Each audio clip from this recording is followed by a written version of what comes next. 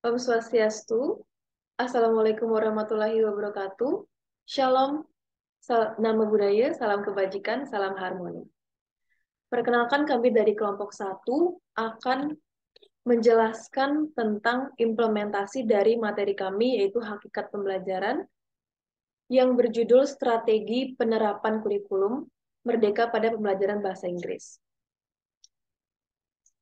Sebelum itu, alangkah baiknya persilakan kami untuk memperkenalkan diri. Dimulai dari saya, perkenalkan nama saya Nimade Gita Pratiwi dengan NIM 2212 021123 dengan rekan saya. Saya Siti Aisyah Rahimul Kasafah dengan NIM 221262128. Baik, untuk topik pembahasan, kami ada 3 topik pembahasan, yaitu yang pertama, hakikat pembelajaran, strategi pembelajaran, dan yang terakhir yaitu rencana penerapan strategi. Untuk hakikat pembelajaran dan strategi pembelajaran akan dibawakan oleh saya, sedangkan rencana penerapan strategi akan dibawakan oleh rekan saya, Aisyah. Topik pertama yaitu hakikat pembelajaran. Belajar merupakan salah satu faktor yang mempengaruhi dan berperan penting dalam pembentukan pribadi dan perilaku individu. Proses belajar pada hakikatnya juga merupakan kegiatan mental yang tidak dapat dilihat. Hakikat pembelajaran dapat dimaknai sebagai suatu proses kegiatan interaksi antara peserta didik yang dilakukan oleh guru sedemikian rupa, sehingga tingkah laku peserta didik berubah ke arah yang lebih baik. Proses pembelajaran membutuhkan hubungan dialogis yang sungguh-sungguh antara guru dan peserta didik, di mana penekanannya adalah pada proses pembelajaran oleh peserta didik atau student of learning, dan bukan pengajaran oleh guru, teacher of teaching. Proses pembelajaran berfokus atau lebih ditekankan pada keaktifan peserta didik, sehingga proses yang terjadi dapat menjelaskan sejauh mana tujuan-tujuan pembelajaran yang telah ditetapkan dapat dicapai oleh peserta didik. Keaktifan peserta didik tidak hanya dituntut secara fisik, tetapi juga dari segi kejiwaan atau pikiran dan mentalnya juga harus mendukung dari proses pembelajaran. Jadi pembelajaran harus membuat siswa belajar. Materi kedua yaitu strategi pembelajaran. Pembelajaran merupakan implementasi kurikulum di kelas. Sebagai pelaksana kurikulum, guru merancang dan melaksanakan pembelajaran dengan menggunakan prinsip-prinsip yang dapat memfasilitasi beragam kebutuhan murid. Kebutuhan murid dan kesukaan murid itu beragam. Dalam menceritakan kembali pemahaman mereka tentang legenda, ada murid yang lebih suka membuat komik, ada juga yang lebih suka storytelling, ada juga yang suka menulis di blog, ada juga yang lebih suka bermain di drama. Jadi murid-murid memiliki kesukaannya masing-masing. Untuk materi selanjutnya akan dibawakan oleh Aisyah. Aisyah dipersilakan. Baik, terima kasih moderator atas kesempatannya. Jadi selanjutnya saya akan menjelaskan rencana penerapan strategi. Jadi yang pertama yaitu guru memantik background knowledge murid dengan berbagai pertanyaan yang berhubungan dengan kehidupan sehari-hari murid. Jadi guru memberikan pertanyaan pemantik atau pertanyaan pemancing kepada siswa. Hal ini dilakukan untuk memberikan pemahaman yang mana akan menggiring siswa untuk mengetahui dan memahami tujuan pembelajaran dari suatu materi pembelajaran atau topik yang sedang dibahas. Dengan memahami tujuan pembelajaran tersebut, maka motivasi siswa untuk belajar akan semakin bertumbuh. Yang kedua yaitu murid mengingat teks naratif yang pernah mereka pelajari di bangku SMP. Jadi dalam hal ini guru mengulang atau mengingatkan kembali kepada siswa materi yang telah mereka pelajari sebelumnya. Hal ini dilakukan agar siswa dapat mengingat kembali pelajaran yang mereka pelajari sebelumnya dan akan lebih mudah dalam memahami materi tersebut.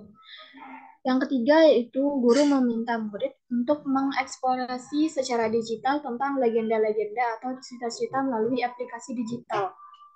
Seperti yang kita tahu sekarang bahwa teknologi sudah digunakan hampir di semua kegiatan. Salah satunya adalah dalam kegiatan pembelajaran. Nah, dengan menggunakan aplikasi digital ini, siswa akan lebih mudah untuk mengekspor materi-materi yang mereka inginkan. Next. Yang keempat yaitu murid saling berkolaborasi dan mengeksplorasi lebih lanjut aplikasi dengan teman sebangkunya untuk tanya jawab tentang legenda di aplikasi yang dipilih bersama. Jadi dengan berkolaborasi dengan sesama teman, dengan sesama teman bangku atau teman lainnya, maka siswa bisa saling belajar satu sama lain, yang dimana akan menimbulkan sinergi antara siswa yang satu dengan siswa yang lain. Yang kelima yaitu guru memberi tantangan pada murid tentang proyek yang akan dikerjakan murid. Murid boleh memilih menggunakan cara yang mereka sukai untuk menceritakan kembali legenda yang dibaca, boleh melalui komik, menulis legenda di blog, storytelling, presentasi menggunakan PowerPoint, dan lain sebagainya. Selanjutnya yaitu murid mengerjakan tantangan dengan durasi waktu yang telah disepakati oleh guru dan murid.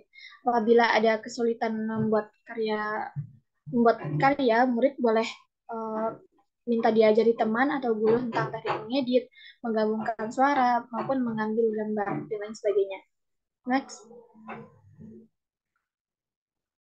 Yang ketujuh yaitu guru memberi kesempatan pada murid untuk berkonsultasi dan memberi feedback tentang karya yang dibuat sebelum diunggah di media sosial.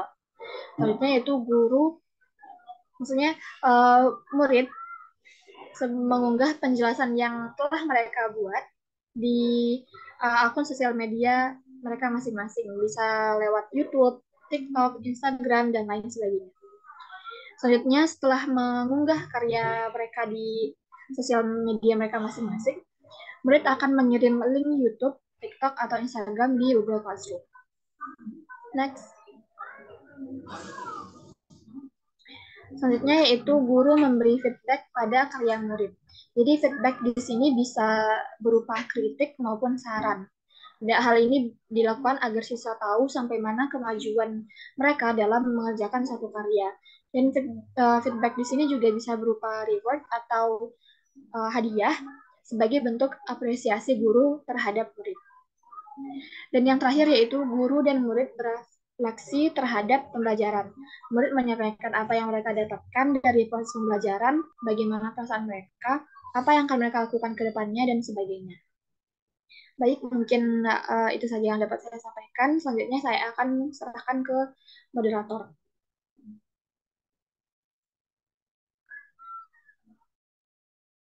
Terima kasih Aisyah.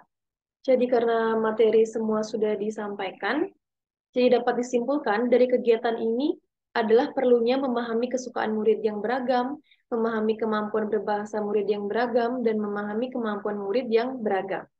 Jika guru mau berusaha, pasti ada cara agar murid mau belajar.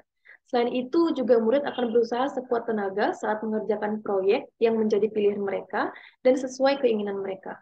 Karena ada juga murid yang biasanya pasif di kelas, tapi bisa membuat cerita yang bagus dan mudah dipahami dalam bahasa Inggris. Sekiranya itu yang dapat kami sampaikan. Lebih kurangnya kami mohon maaf. Jika ada kesalahan kata, juga mohon dimaafkan. Akhir kata, kami ucapkan terima kasih dan Om Santi Santi Santi Om. Wassalamualaikum warahmatullahi wabarakatuh. Shalom Namo Buddhaya, salam kebajikan, salam harmoni. Terima kasih.